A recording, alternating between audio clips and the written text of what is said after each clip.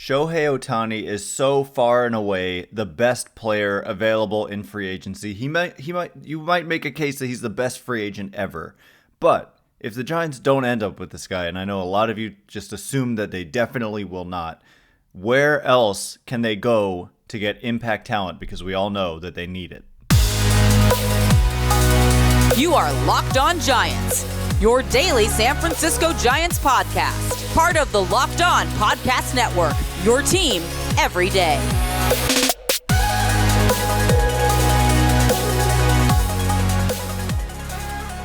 Hello and welcome to Locked On Giants, part of the Locked On Podcast Network, where it's your team every day. My name is Ben Kasbeck, and on this show we provide daily episodes Monday through Friday, talking about the San Francisco Giants in a way that's data-driven and rational, but also simple, passionate, and accessible to all. I'm a former contributor for the baseball statistics and analysis websites Beyond the Box Score and Rotographs. I've been podcasting about the Giants since 2015, and I'm a lifelong fan.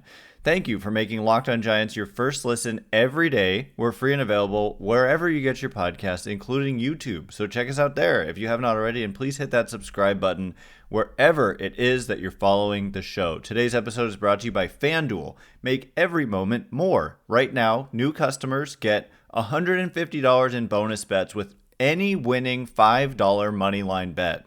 That's $150 if your team wins. Visit FanDuel.com/lockedon to get started. And where we get started is by introducing the fact that we are going to get into some more mailbag questions today. And then coming up tomorrow, it's the tender/non-tender deadline, depending on whether you're an optimist or a pessimist. You can call it either one. It's kind of the same thing. And the Giants have 6 cases, and so we'll be breaking that down tomorrow. But today, I want to get to some more of the mailbag questions we have from what's now a couple weeks ago, but still very relevant. And the first question comes from Hasty, who says, realistically, what would serious upgrades be other than Shohei Ohtani? I view him as a serious long shot to sign with the Giants. And I think that's fair. You're always going to be a long shot, and I understand like the Giants having 2 disappointing seasons in a row, I think hurts their case significantly. And so I understand where you're coming from there. And so like a really simple way to look at this is I can look at who are based on like FanGraphs wins above replacement. I can look at who are the players who had the best seasons outside of Ohtani last year. And what's crazy is that Ohtani, he had a 9 FanGraphs WAR season. The next closest free agent is actually Sonny Gray with 5.3 FanGraphs wins above replacement. And then after that, Jordan Montgomery at 4.3, Cody Bellinger 4.1. You've got several guys close to, then it kind of tails off. It's just not a very deep free agent class. It really isn't. When you start to look at some of the names outside of the top 8 or so, it gets kind of weak. And so, but that's looking at last year. What about projecting forward? That's what's more important. And projecting forward, to be perfectly honest, Shohei Ohtani's value is dramatically lower next year than it was this year because he's not going to pitch. He's just simply a DH next year. And so you could argue that there's probably free agents who are going to make more of an impact on the field next year than him, but it's when he starts pitching again that's going to change. But in terms of the projections, and these are Steamer projections, which get featured on FanGraphs, as do others, but Steamer always comes out first. They have the number 1 player by projected wins above replacement as Aaron Nola. And after that, Shohei Ohtani by just a little bit. And then a pretty big drop-off to, roughly 3 wins. I don't like to say 3 win players because it's not just wins in general, it's wins above replacement they're talking about. And the only reason, if you're like someone who doesn't like this number WAR, I understand it's just a really like convenient way of doing this and not having to break down each and every like number, and it's all put into one tidy number, and I wouldn't have time to run through each and every player. And the question was, who are the like realistic, impactful players? So you've got Aaron Nola. You've got Blake Snell behind Aaron Nola and Ohtani. You've got Sonny Gray, Jordan Montgomery, Eduardo Rodriguez. That is literally the top 1, 2, 3, 4, 5 outside of Shohei Ohtani. Notice anything about them? They're all starting pitchers. And also, up on Fangraphs here, they're not including Yoshinobu Yamamoto, the best pitcher in Japan, who also just happens to be 25 years old. And is probably, I mean, by contract prediction experts, MLB Trade Rumors, ESPN, Fangraphs. I mean, I actually don't think they may have done one, but it's not shown here. But predicting that Yamamoto is going to perhaps get the second biggest contract outside of Ohtani this winter. And so I think the Giants are definitely a realistic landing spot for Yoshinobu Yamamoto. Like, you wouldn't have Farhan Zaidi himself traveling to Japan like 2 weeks ago, whatever it was, just for kicks, Like, there's obviously legitimate interest, and they obviously are big game hunting. And Blake Snell just won the Cy Young Award in the National League, and he's out there as a free agent. Aaron Nola is a really good pitcher. Sonny Gray, like, the only thing holding him back is his age. Like, he had a top 3 Cy Young season himself just now. He was really good, and I mean, there's Bay Area ties. I think that would be a, kind of really solid, kind of under the radar addition would be Sonny Gray. I don't think he can be like your big addition, but if you get some true impact and you add a Sonny Gray, if you get like a Yamamoto and a Sonny Gray, and then you add that to Logan Webb and Kyle Harrison and some of the other guys that they have, suddenly that would be like an impactful rotation.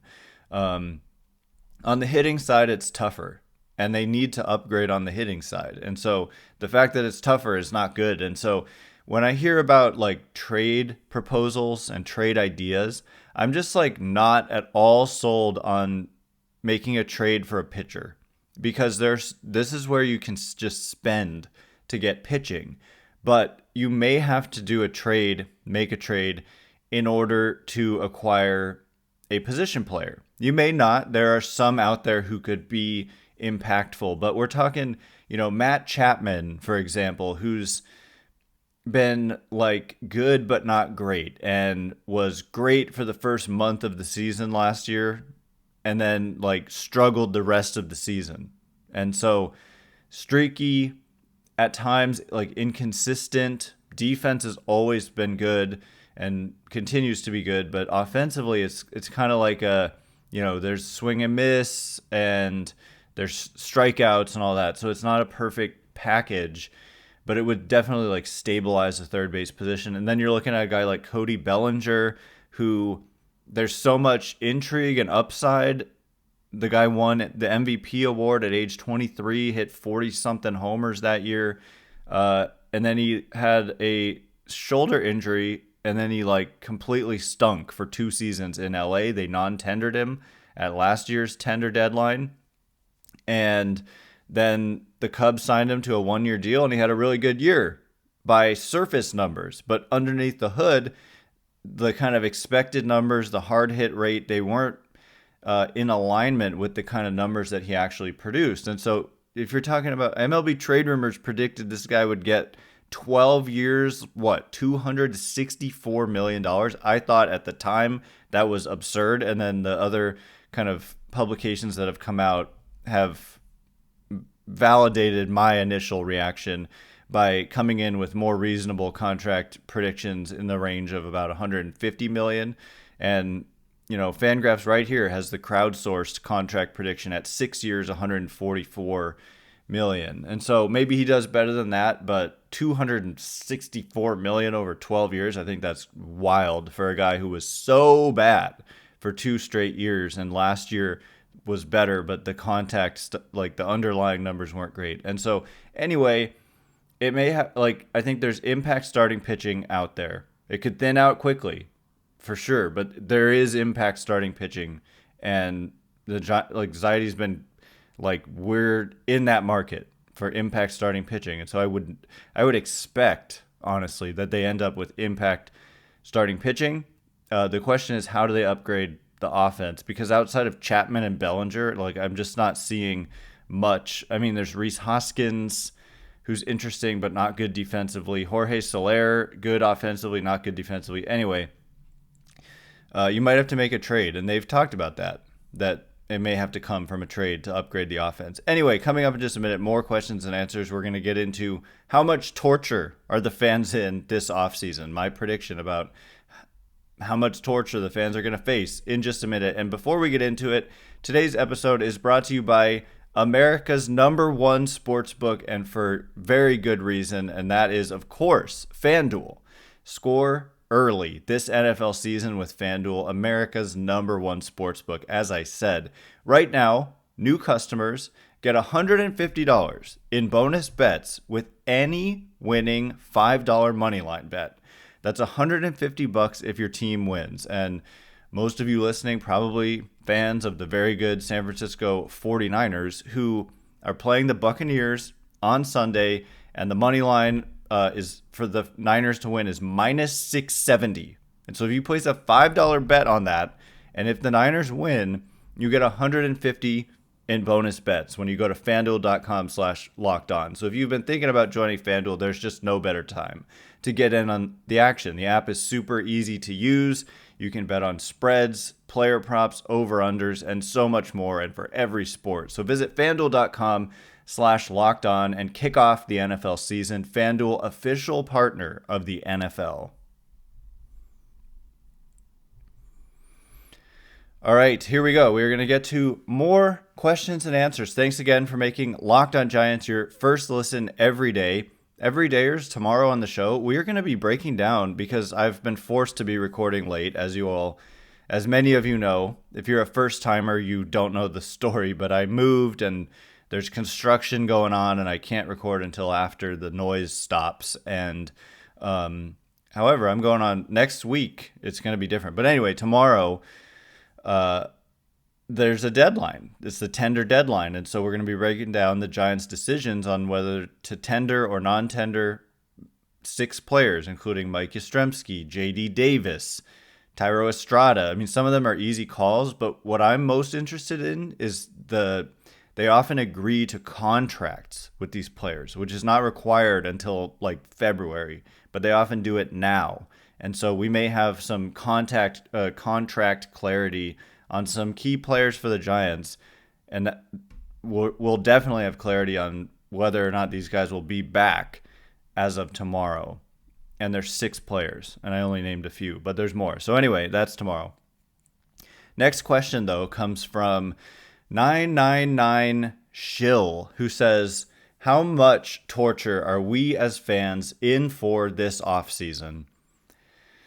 I'm an eternal optimist, 999 Shill. I really am. Like, if you've been following the show for years, I continue to be optimistic that they're going to do something substantial. And I continue to, kind of not hold it against them what happened last offseason. They went after Aaron Judge, as hard as you could have gone after Aaron Judge.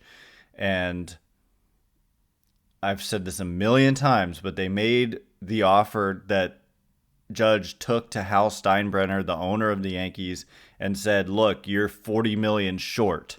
Basically, Steinbrenner was at 8 years, $320 million, and the Giants were at 9 years, $360 million, an extra year at $40 million a year.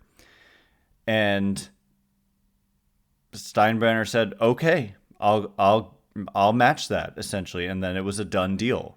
And so the Giants were there on Judge, and that doesn't answer your question, but I'm trying to get to something here with Carlos Correa. He signed on the dotted line. He was obligated to play for the Giants pending the results of a physical.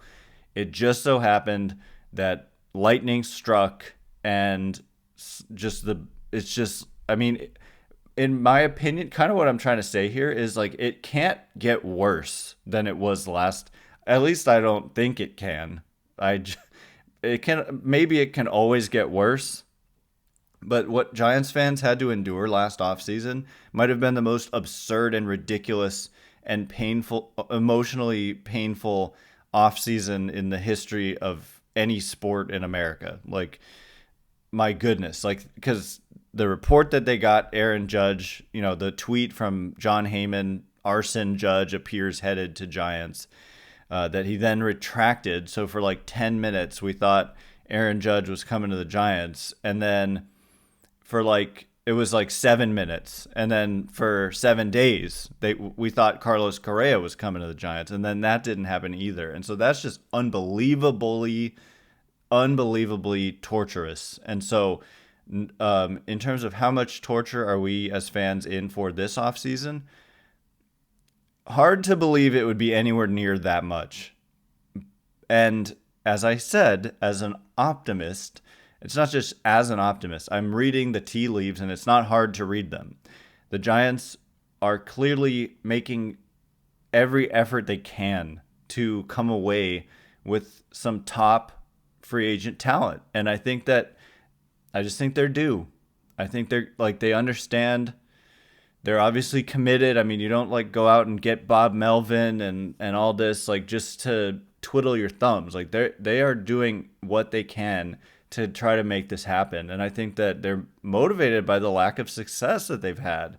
And so I'm saying we're not in for torture. I think you're in for finally some relief and jubilation and excitement this offseason. That's my prediction. I refuse to be always negative, and many will accuse me of being almost never negative, and perhaps that's a fault, but it's just the way I operate, and I can't help it. But I think that we're in for some good things, whether it's Ohtani. And by the way, I didn't mention Jung-hoo Lee as another upgrade besides Ohtani coming out of Korea, best player in Korea. He's another guy who's intriguing. Next question from Brandon Brawford, who says, how will the Alex Cobb injury affect our free agency outlook? And it's a good question because, first of all, I have not yet understood even what the Giants meant when they said he will resume pitching in 6 months. Does that mean he will resume throwing in 6 months? Because if that's the case, then we're looking at a much longer than 6 month timetable to return to the major leagues. Once guys start throwing, it takes pitchers a long time, especially if they're coming off an off season where they weren't able to train properly because of they were rehabbing a surgery, an injury. And so, or do they mean he'll return to pitching in the majors in 6 months? They were not clear on that, and that's frustrating to me as a quote unquote reporter. Maybe it's not quote unquote. I really am reporting on this stuff. So, but regardless, even if it's 6 months to returning to the big leagues, that was a month into the offseason, a month after the Giants stopped playing. The playoffs were going on.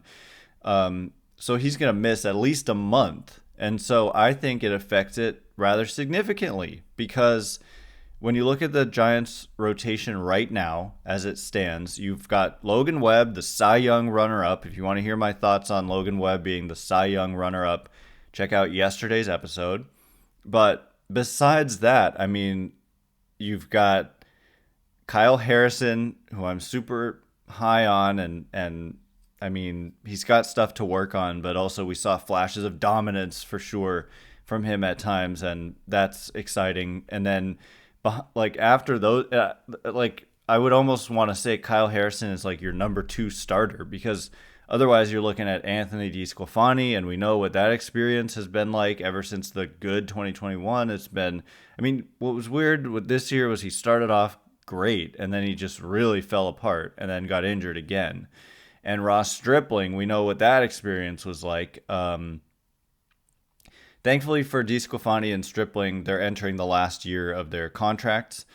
And you've got guys like Harrison and Webb under contract for many, many, many more seasons. And so they're kind of in a good spot, regardless of being stuck with these two players who kind of you wish you weren't stuck with in DeSclafani and Stripling. But that rotation, when Cobb's not in it, imagine I don't even want to say it, but if like Webb got hurt, you're looking at a horrible rotation.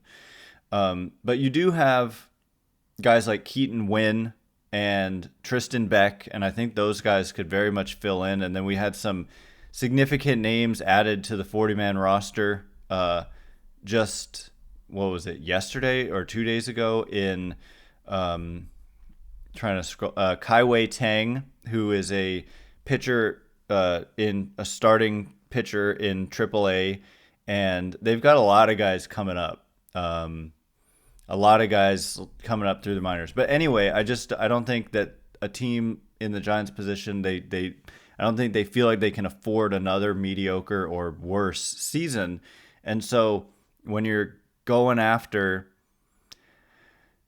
I think it kind of makes you become a team that's going after not just high-end starters when we look at Yamamoto and Nola and Blake Snell, but then also like the Sonny Gray types and the Jordan Montgomery types. And these are not Marcus Stroman types. And, then you get into like Lucas Giolito. There is a drop-off.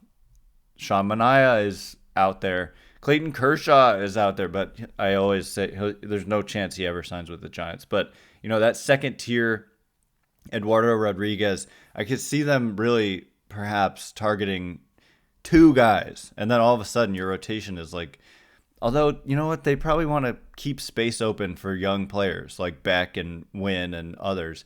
Or they trade from that surplus, and that's how they make their significant upgrade on the position player side. So, basically, I think it adds to the need, not just like they already wanted a top tier starter, but this makes it even more necessary. But then I think it means you probably need to sign another solid, like mid rotation starter also, I would think. So anyway, coming up in just a minute, we're going to get some more questions and answers, like, given that most teams are trying to court Ohtani, what's going to happen before he signs? Is he going to hold up the market? So far, nothing has happened. So maybe yes. I'll give my thoughts in just a minute. And before we get into that. All right, as promised, thanks again. Or that's not what I meant. As promised, we're going to get into more questions and answers. Thanks again for making Locked on Giants your first listen every day, everydayers. Tomorrow we're going to be breaking down the non-tender, tender deadline, not just about the Giants, but if any key players get released into free agency, they become available to sign. And so that was, like last year, Cody Bellinger was a huge deal. He was non-tendered, which meant he suddenly became a free agent, and he was a guy the Giants went after. So we'll see what happens tomorrow. It's a big day in the sport, and that's part of probably what's holding up free agency, is that teams are focused on what they did with adding players to the 40-man and then with this non-tender deadline. And then after that, it's like kicking into gear. And anyway, Locked On, by the way, has launched the first ever national sports 24/7 streaming channel on YouTube. Huge deal. Locked On Sports Today is here for you 24/7, covering the top sports stories of the day with the local experts of Locked On, plus our national shows covering every league. Go to Locked On Sports Today on YouTube and subscribe to the first ever national sports 24/7 streaming channel. It's awesome. Check it out. And we'll be on there when the Giants make a major move, for sure. Anyway, more questions and answers. Next one coming from Michael, who says, given that most teams, I would actually push back on that. I would say most teams are not trying to court Ohtani because most teams just can't go there financially. But, I guess if he's willing to take a short-term deal, that would change the equation. And there's rumors that he might be willing to, given his value took a hit with this surgery and all that. But anyway, let me finish your question. What moves, if any, do you think will happen before Ohtani signs? And I'm not sure, Michael, if you mean like in baseball or for the Giants. But, I mean, we have reports, and I think you asked this before these reports, that Ohtani basically could sign in a hurry. and that he could even sign before the winter meetings. And we're talking, the winter meetings are just over 2 weeks from now. They start like on the 3rd of December, which is like it's like 9 days, 10 days away. And so we're talking he could literally sign in like a week, and so maybe he is the first guy to fall off the board. And maybe I would imagine that teams that are in like legitimately trying to get this guy, it probably does stop them from making some other moves, like significant moves. You've got like guys like Yoshinobu Yamamoto, but he hasn't even been posted yet. And once he's posted, then there's 45 days for him to sign, but he hasn't been posted yet. And so I would expect that Ohtani may very well be like the first significant player to come off the board, and that he probably does hold up the market, because, if you're going to commit that kind of money, you want to know it before you go out and commit that money to somebody else, like, because teams have budgets and they need to know what they're spending. And so I don't know. I wouldn't be surprised if a significant free agent here and there signs before Ohtani, but these reports that that his free agency could move quickly indicate to me, again, like where there's smoke, there's fire. This was not just a random person on Twitter saying this. This was like ESPN, Jeff Passan, who's a legitimate, to be respected reporter, saying this. So I think that it's probably true. I think Ohtani probably signs somewhere around, within 2 days of the winter meetings ending. And that's coming up quick. So, and then you've got like Yamamoto's not been posted yet. So of course, I think he's probably not going to sign. And then the free agency class is kind of weak after that. And some of these free agents probably want to wait for Ohtani to come off the board. And so their market value may be driven up because the teams that missed out on Ohtani are looking for impact talent. So I think it will hold up the market. Next question from Roroni Mod, who says, if you had to guess, do you think the goal is to sign Ohtani, Yamamoto, and Lee? Or do you think they will shift the plan if they land Ohtani? Signing all three sounds crazy, but when you consider their ages and the fact that signing Yamamoto and Lee probably helps with the Ohtani pursuit, ... So there's actually like conflicting schools of thought here that signing Yamamoto and Lee helps. I mean, maybe you just mean because those players would make the team better, and that helps. But if you're talking about Yamamoto, who's Japanese and plays in the Japanese league, there has been discussion from like legitimate sources that Ohtani kind of wants to go and to play somewhere where there's not a legacy of a Japanese player who made their impact on for the Mariners and Ichiro Suzuki, and I don't know, maybe the Cubs, who have why do I always forget the guy's name? The Giants wanted to sign him, I think. I forget his name. He just signed a couple years ago, but out of Japan. Why do I always forget that guy's name on this show? I know who he is, but the Giants, so maybe like signing Yamamoto, but again, who hasn't been posted yet, so maybe this is a non-issue. Maybe that's something that would be a deterrent rather than something that attracts him. But anyway, to answer your question, do I think the goal is to sign all three of these guys? I mean, that would be like a perfect scenario. That would be like the dream scenario, because you'd get a very much impact bat for 2024 with Ohtani. You'd get a front of the rotation arm in Yamamoto, and then with Lee, I think you're getting someone who there's a little less certainty with, and is probably in line for more of like a $50 million contract as opposed to these other guys. Ohtani probably over $500 million, Yamamoto over $200 million. The Giants could do it. Like, they have the payroll flexibility to do something like this. So perhaps it is. It does sound crazy. I'm not going to argue with that. Signing all three sounds crazy. And yeah, you do consider their ages. I think Yamamoto and Lee both being 25 just makes them exceptionally attractive to teams. And I think the Giants are, like, when they give out long-term contracts, the guys they've targeted for the most part, like Correa was one of the youngest, he was, if not the youngest, one of the youngest free agents last year. Bryce Harper, when they went after him, was exceptionally young at 26. And these other two, Yamamoto and Lee, are 25. And Ohtani's like 28 going on 29, or he's 29 already, one of the two. So that would be, people would be excited about the Giants if they were able to pull that off. Honestly, if they got any of these three, people would be excited. But realistically, do I see this happening? No, definitely not. But aim high. Yeah, why not? It should be the goal. But I'm not sure that. And then even then, I think they'd need more. Like I said, another starter. Maybe add Sonny Gray to the mix there, and then you're having yourself a heck of an offseason. Anyway, that is all the time we have for today. Thanks again for making Locked On Giants your first listen every day. Everydayers tomorrow, breaking down the non-tender deadline, the tender deadline, the decisions the Giants make, and the agreements they come to. It seems every year they come to agreements, which they do not have to do. All they have to do is say, yes, we tender you a contract, meaning we want you to not be released into free agency. We want to keep you. And then later settle on a contract. But they often settle by tomorrow. So we'll have the coverage of that for you tomorrow.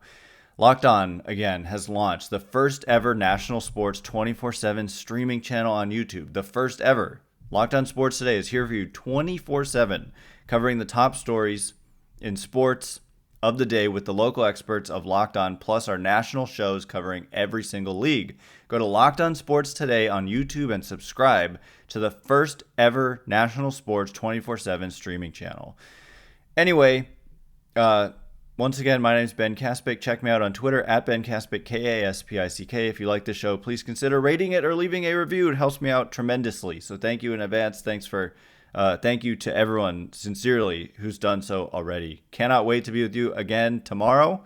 Thanks again for listening to today, tonight, this morning, whenever it is. You are now Locked On Giants.